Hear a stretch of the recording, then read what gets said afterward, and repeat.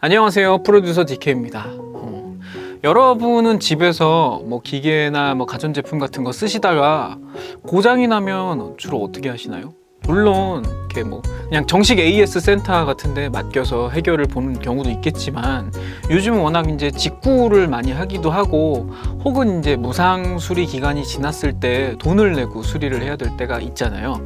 근데 예를 들어서 뭐 한 100만 원 주고 제품을 샀는데 수리비가 막 한 50만 원쯤 나온다. 이거 고칠까 말까 되게 고민될 것 같아요. 저도 워낙 기계를 많이 사용을 하다 보니까 스튜디오에서 장비가 고장나는 일이 많은데, 장비 같은 경우는 정식 수입처가 있는 경우도 있고 아닌 경우도 많아요.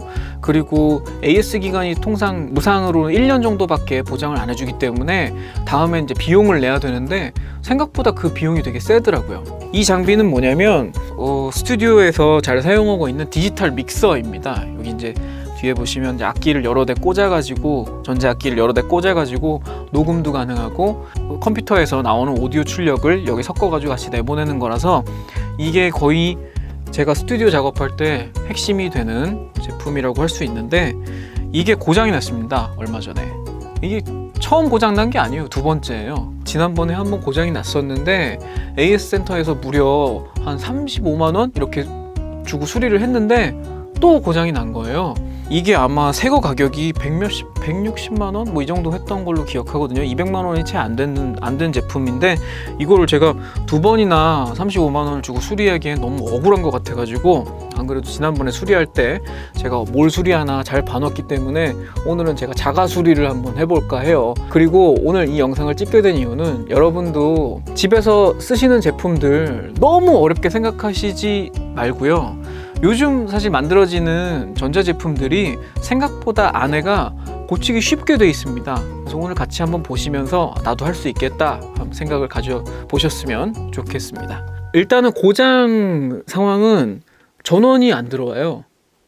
이게 파워보드가 아마 나간 걸로 보이는데, 지난번에 수리를 할 때 보니까 파워보드가 고장이 났어가지고 거기 뭐 콘덴서나 이런 거를 다시 교체를 해가지고 재생을 해낸 것 같아요. 그런 거 치고 35만 원은 너무 비싸다라고 생각이 들었고, 제가 충분히 고칠 수 있을 거라는 생각이 들어서 부품을 주문을 했습니다. 보통 왜 집에서 고장나면 이렇게 막 때려보시고 하잖아요. 뭐 그런 거랑 별반 차이 없습니다. 옛날에는 막 커다란 기판 하나에 이렇게 막 부품들을 때려봐갖고 뭐 이렇게 납땜이 돼 있고 해가지고 어느 부분이 고장났는지 뭐 어떻게 고치는지 뭐 이런 걸 좀 알기가 어려웠다면, 요즘은요 왜 컴퓨터 조립하는 거랑 비슷하다고 보시면 돼요. 뭐 그래픽 카드가 고장나면 그래픽 카드 교체하면 되죠. 뭐 아니면 파워 고장나면 파워 교체하면 되고. 뚜껑 열어보겠습니다. 자, 이렇게 뚜껑을 열어봤는데요, 뭔가 보드로 여러 가지 나뉘어 있죠.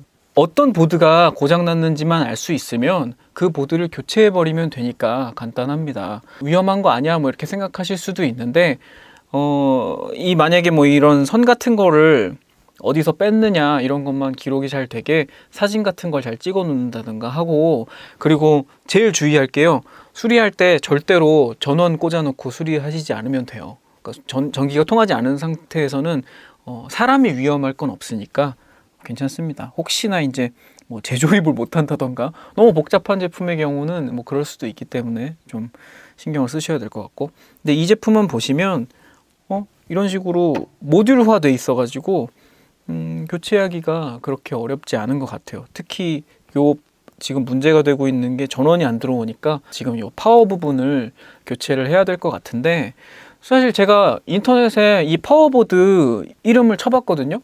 파워보드 이름을 쳤더니 한 60불?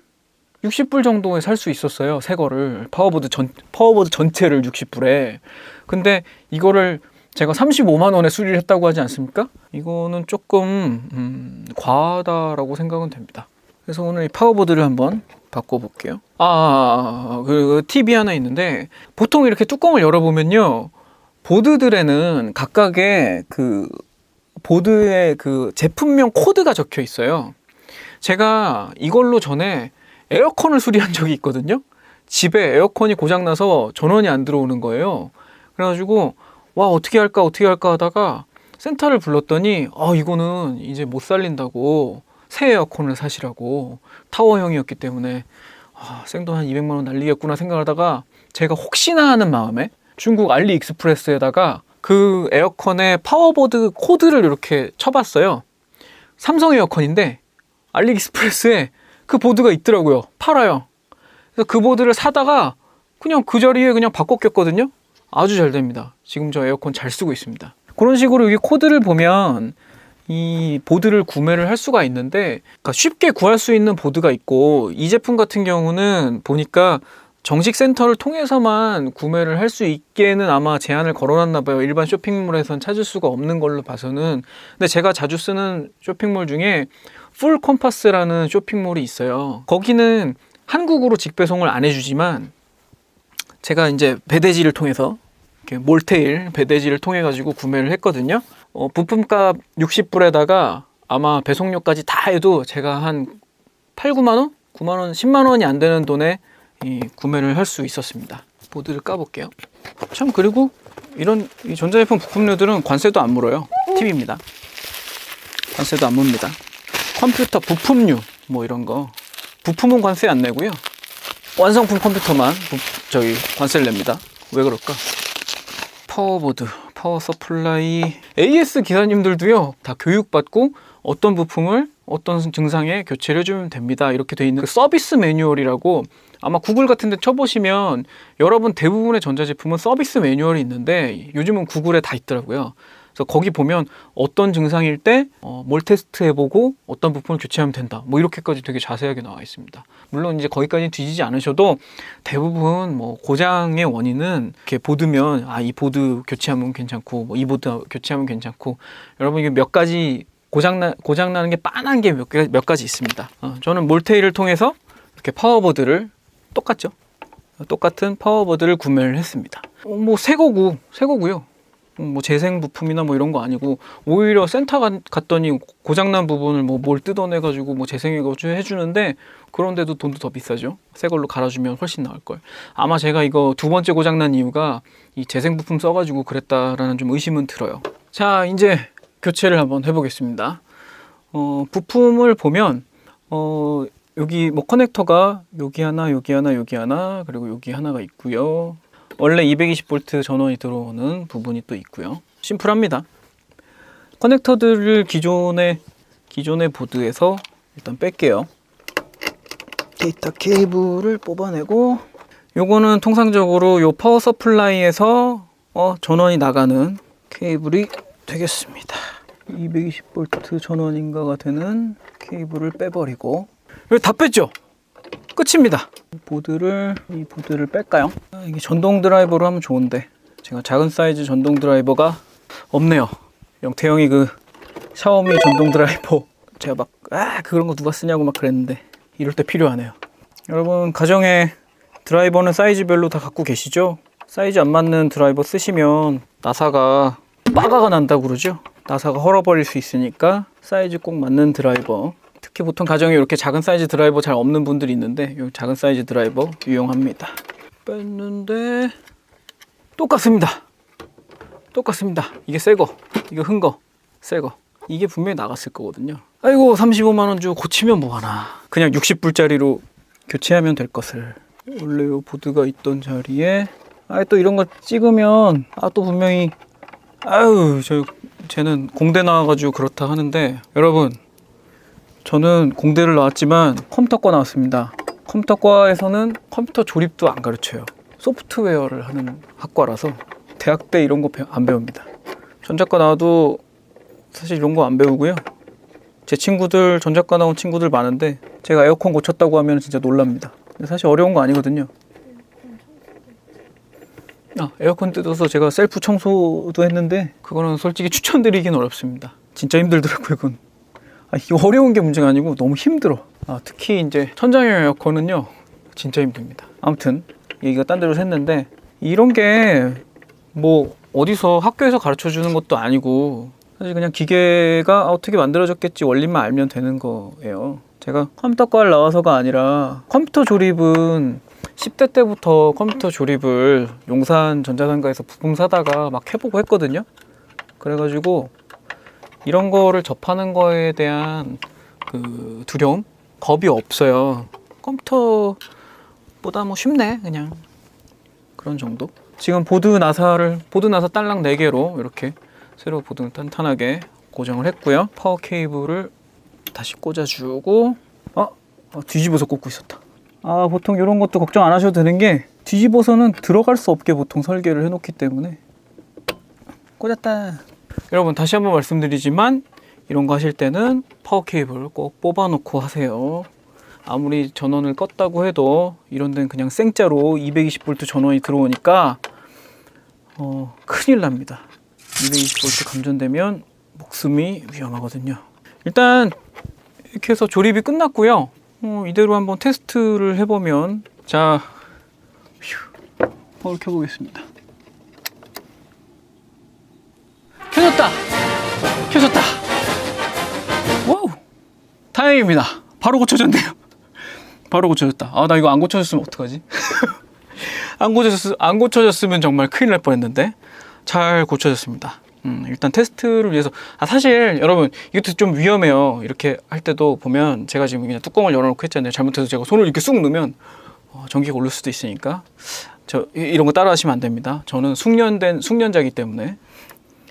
일단 파워를 끄고요. 자, 여기는 좀 진짜 무슨 공돌이 작업실 같죠?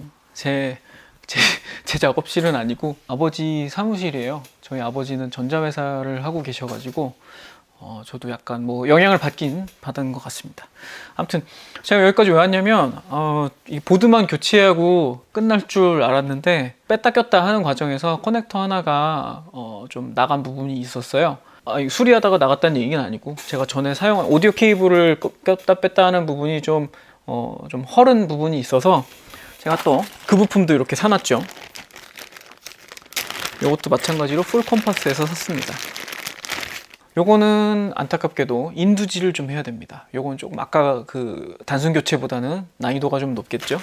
사는 김에 이게 하나 뭐 몇천 원밖에 안 했거든요. 그래가지고 여분으로 여러 개를 사놨어요. 나중에 또 이런 일이 생길까봐. 이게 아무래도 커넥터가 오디오 케이블을 꽂았다 뺐다 하다 보니까 뭐 좀 고장이 나는 경우가 종종 있습니다. 여러분 혹시 인두질은 혹시 할 줄 아시나요? 남자분들은 학교에서 배우던가 기술 시간에 뭐 이런 거 배우지 않았나요? 옛날 얘기인가? 인두질을 할 줄 알면요 굉장히 써먹을 곳이 많습니다. 특히나 이제 저희 같은 사람들은 써먹을 때가 되게 많아요. 원하는 대로 뭐 이렇게 오디오 케이블을 만든다던가, 고장나서 이제 끊어진 전원선 뭐 이런 거 되게 다시 이어넣기 뭐 이런 데 유용하게 쓸 수도 있고, 그리고 가끔씩 제가 이렇게 보드를 교체해 가지고 고치는 경우도 있지만, 가끔 뭐 오래됐거나 충격을 받아 가지고 이게 부품이 뭐 다리가 끊어지거나 쑥 빠지는 경우도 있잖아요. 그것 때문에 새로 보드를 사는 것보다는 제가 예전 부품이 있던 부분은 이렇게 뽑아버렸어요. 플라스틱 재질이 막 깨져가지고 고장나 있길래 요 자리였는데 이렇게 나란히 있는 이걸 뽑아버렸죠. 요거를 이제 다시 납땜질을 해줘야 되는데 보드를 빼가지고 납땜질하는 게 편하겠다. 다시 한번 강조하지만 분해를 할 때 어디서 뺐는지 그런 거는 잘 기록을 남겨놓는 게 좋습니다. 저는 이렇게 비디오로 찍고 있으니까 아주 잘 남기고 있는 거죠. 이거 더 빼야 돼. 나사 너무 많아. 수리가 너무 귀찮은 경우에는 그냥 씁시다. 기계 자체는 참 좋은 기계인데 부품을 좀 싸구려로 쓰나? 아무튼 제가 이걸 구매한 지가 4년 정도 된 것 같은데 여태까지 저의 메인 장비로 아주 잘 쓰고 있습니다. 거의 국민 믹서입니다. 현장 가면 X32의 여러 가지 버전을 보실 수 있습니다.